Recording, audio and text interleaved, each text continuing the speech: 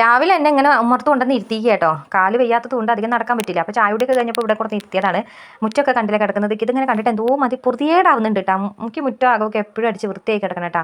ഇന്ന് നാളെയും കൂടെ എനിക്ക് കുറഞ്ഞിട്ടില്ലെങ്കിൽ ഞാൻ മറ്റന്നാൾ ആരെങ്കിലും ഒരാളെ വിളിപ്പിച്ചിട്ട് മുറ്റവും ചുറ്റുപാടൊന്ന് അടുപ്പിക്കാമെന്ന് വിചാരിക്കുന്നുണ്ട്. അപ്പോൾ ഏട്ടൻ മഴയത്ത് വീണ ചുള്ളിയും കമ്പൊക്കെ ഒന്ന് അവിടേക്ക് ഇവിടേക്കൊക്കെ നീക്കി വയ്ക്കുന്നുണ്ട്. എന്നിട്ട് എന്നോട് പറഞ്ഞ് ഇത്തിരി തലയിൽ എണ്ണയൊക്കെ തേച്ചോ കുളിക്കാമെന്ന് പറഞ്ഞു. പക്ഷേ എനിക്ക് കുളിക്കാൻ പറ്റും തോന്നുന്നില്ല കേട്ടോ. മുടിയൊക്കെ തോർത്താൻ പാടാണ്.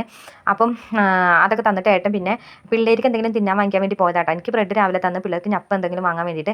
ഏട്ടൻ്റെ പോയതും കണ്ടതും ഞാൻ വേഗം കാലുമേൽ ഒരു തുണിയൊക്കെ ചിറ്റിയിട്ടേക്ക് വേദനിച്ചിട്ട് വയ്യ. എന്നാലും ഞാൻ അകം ഒന്ന് അടിച്ച് വാരിയിടാന്ന് വിചാരിച്ചു. മുറ്റം എന്തായാലും ഞാൻ ചെയ്താൽ ഏട്ടൻ അറിയും. അകം ചെയ്താൽ പിന്നെ വലിയ രീതിയിലായിട്ട് മനസ്സിലാവില്ല. അങ്ങനെ അതൊക്കെ കഴിഞ്ഞിട്ട് ഏട്ടൻ വരുന്നതിന് തൊട്ട് മുന്നേ ഏട്ടൻ്റെ എവിടെ ചേട്ടൻ 10 മിനിറ്റോടെ എത്തും. അവിടെ തൊട്ട വീടിലേക്കാണ് പോയിരിക്കുന്നത്. ആ തുണി അയച്ചിട്ട് മുടിയൊക്കെ വൃത്തിയാക്കിയിട്ട് നല്ല ഡീസൻറ്റ് പുള്ളിയായിട്ട് അവിടെ തന്നെ ഇരിക്കാമെന്ന് വിചാരിച്ച്.